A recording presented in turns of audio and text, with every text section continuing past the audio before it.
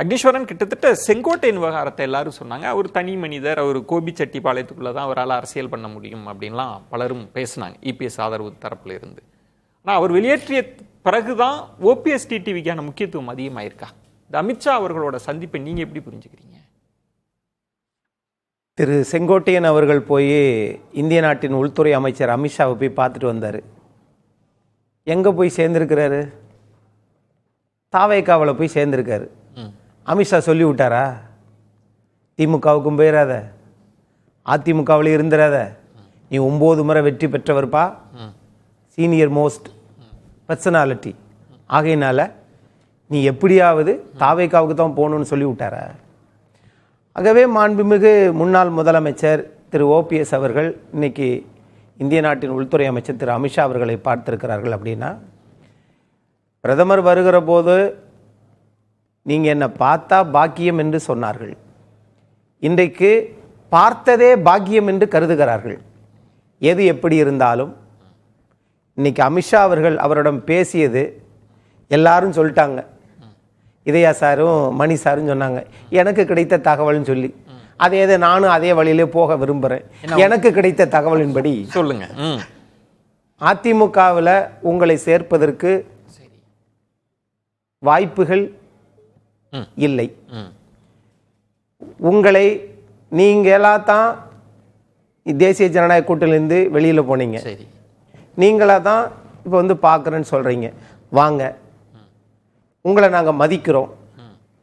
நீங்கள் வந்தால் உங்களுக்கும் எதிர்காலத்திற்கும் நல்லது அப்படின்னு சொன்னதாக எனக்கு கிடைத்த தகவல். யாரு சொன்னது?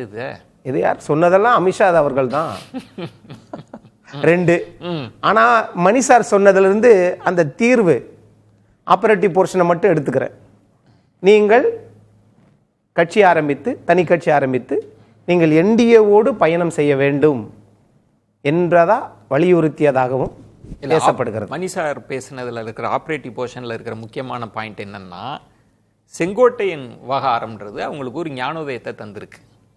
இப்போ வந்து அவங்களுக்கான இம்பார்ட்டன்ஸ், இப்போ நீங்கள் அவர்கள் இல்லாமே அவங்க வெளியேறியவர்கள் தான், அவங்க இல்லாமலேயே நம்ம ஜெயிப்போன்ற ஒரு கணக்கெல்லாம் இருந்தது இல்லை. அந்த இடத்துக்கு இப்போ பாஜக இல்லை. இப்போ இவங்கெல்லாம் வந்தால் தான் ஜெயிக்க முடியுன்ற இடத்துக்கு வந்திருக்காங்கன்ற ஒரு பார்வை இருக்கே அதுக்குள்ள.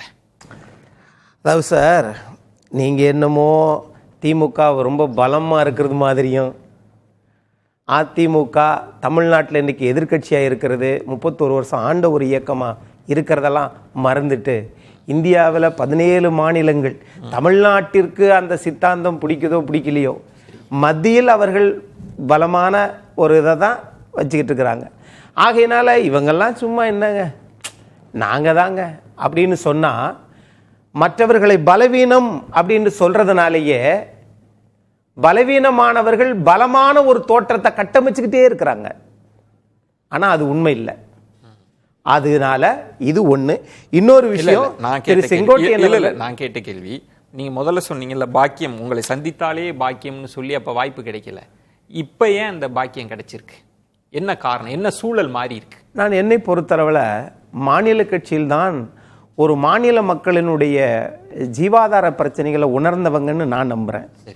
ஆரம்ப காலகட்டத்திலிருந்து மத்திய அரசா இருக்கட்டும், மத்திய அரசு என்னதான் பேசினாலும் சட்டத்திட்டங்களை போட்டாலும் மாநில அரசு தான் அந்த மக்களினுடைய பிரச்சனைகளை அதை வந்து சரி செய்யக்கூடியது மாநில அரசு தான். அதனால இந்த மாநில அரசினுடையது திமுகவுக்கும் அதிமுகவுக்கும் தான் போட்டி.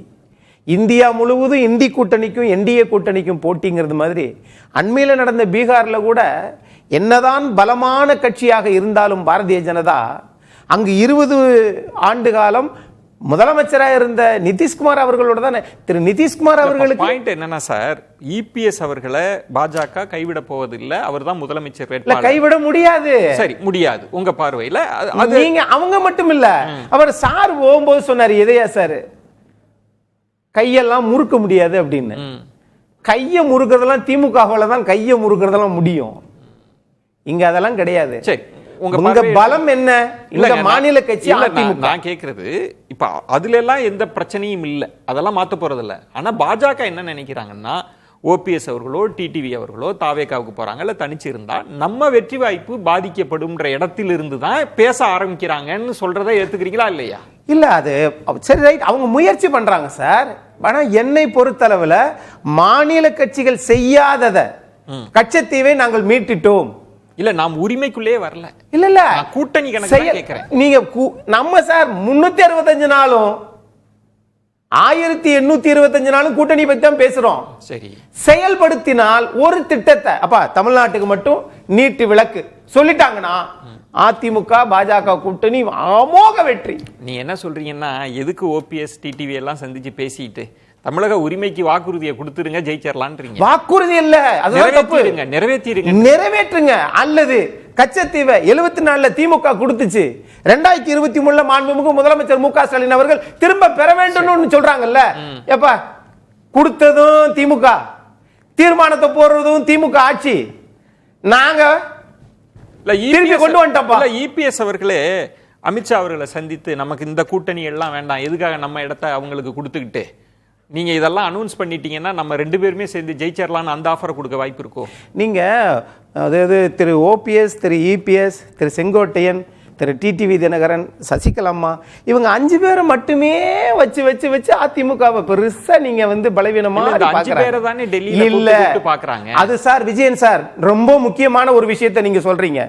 இந்த 5 பேரை வச்சு அல்ல புரட்சி தலைவர் எம்ஜிஆர். இல்ல சார், இந்த 5 பேரை தானே சார் பாஜகவோட அப்பாயின்மென்ட் கிடைச்சு பார்த்திருக்காங்க சார். அதுதான் சார், அவங்கள இவங்க போய் பார்க்கிறதும் இவங்க அவங்கள முதன்மையா முக்கியமானவர்களா நினைப்பதும் மாநில அரசினுடைய முதலமைச்சர் திமுகவை வந்து அந்த போட்டியை குறைச்சுக்கிறதும் இது வந்து ஒண்ணு. இன்னொன்னு நாங்க வந்து இது மட்டும் சொல்லி முடிச்சிடறேன். அதாவது சொல்லுவாங்கல்ல, அதாவது அவரு நம்ம சாமிநாதன் சாருக்கு ஒரே சந்தோஷம், நீங்க 2021 தென்பகுதியில வாக்கு இழந்துட்டாங்க, இங்க இப்படி இழந்துட்டாங்க. நீங்க புள்ளி விவரம் இருக்கட்டும் சார், ஆனா நீங்க ஆட்சி அதிகாரத்தில் இருக்கும்போது தென்பகுதிக்கு எத்தனை தொழிற்சாலைகளை, எத்தனை பள்ளிக்கூடங்களை, கல்லூரிகளை, எத்தனை வளர்ச்சியை கொண்டு வந்தீங்க? ஒண்ணு வேணாம், அத்தனை 30 வருஷம் எல்லாத்துக்கும் ஒரு 1 லட்சம் பேருக்கு இன்சூரன்ஸ் போட்ட சொல்லுங்க. ஆகவே இது எல்லாம் உங்களுடைய கடைசி, நீங்கள் பொதுக்குழு நடத்தாம வழக்க போட்டுக்கிட்டு போய் உழைப்பு குறைவாக இருப்பதனால் உங்களுக்கு அடையாளம் தேவை. ஆனா நீங்க அடையாளப்படுத்திக்கணும்ன்றதுக்காக கடைசியா தென்பகுதி மக்கள்னு சொல்றீங்க பாருங்க. இல்ல பாயிண்ட் என்னன்னா, ஏன் இவர்கள் ஏன் இது திரும்ப என்டிஏக்குள்ள கொண்டு வருவதற்கான பேச்சுவார்த்தைன்னு சொல்றாங்கல்ல, ஏன் அதை பிஜேபி எடுக்குது?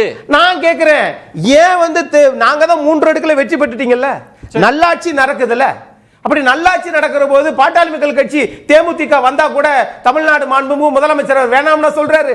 Point taken. இப்ப சுவாமிநாதன் அவர் என்ன சொல்றாருன்னா, நம்ம ஏன் ஓபிஎஸ் டிடிவின்னு பேசணும், இன்னும் ஆப்ஷன் இருக்குல்ல, அன்புமணி ராமதாஸ் அவர்கள் இருக்கிறாங்க, தேமுதிக இருக்கிறாங்க, ஏன் அவங்களெல்லாம் வச்சு காய்கள் நகர்த்த முடியாதா? எதுக்காக ஓபிஎஸ், எதுக்காக டிடிவி முக்கியத்துவம் தர்றாங்க இந்த டிபேட்ல எல்லாம்? இல்ல, அன்புமணி ராமதாஸ் அவர்களுக்கு தென் மாவட்டங்கள்ல எவ்வளவு ஓட்டு இருக்கு அப்படிங்கிறது, அன்புமணி அவர்களுக்கும் பாட்டாளி மக்கள் கட்சிக்கும் எவ்வளவு ஓட்டு இருக்கு அப்படிங்கிறது அக்னேஸ்வரன் அண்ணனுக்கே தெரியும். இன்னொன்று, தேமுதிக வந்து கேப்டன் விஜயகாந்த் அவர்கள் மறைவுக்கு பின்பு நடந்த பாராளுமன்ற தேர்தல் அவரோட பையன் போட்டியிருந்தார். அப்பவே கூட விருதுநகர்ல அவர்களால் ஜெயிக்க முடியல. நான் அதுக்காக தேமுதிகவை குறைத்து மதிப்பிடல. 2016 மாற்றம் முன்னேற்றம் அன்புமணி அப்படின்னு ஒரு மிகப்பெரிய முன்னெடுப்பை எடுத்து தமிழகம் முழுவதும் போட்டியிட்ட போது கூட ஒரு தொகுதியில கூட ஜெயிக்கலையே.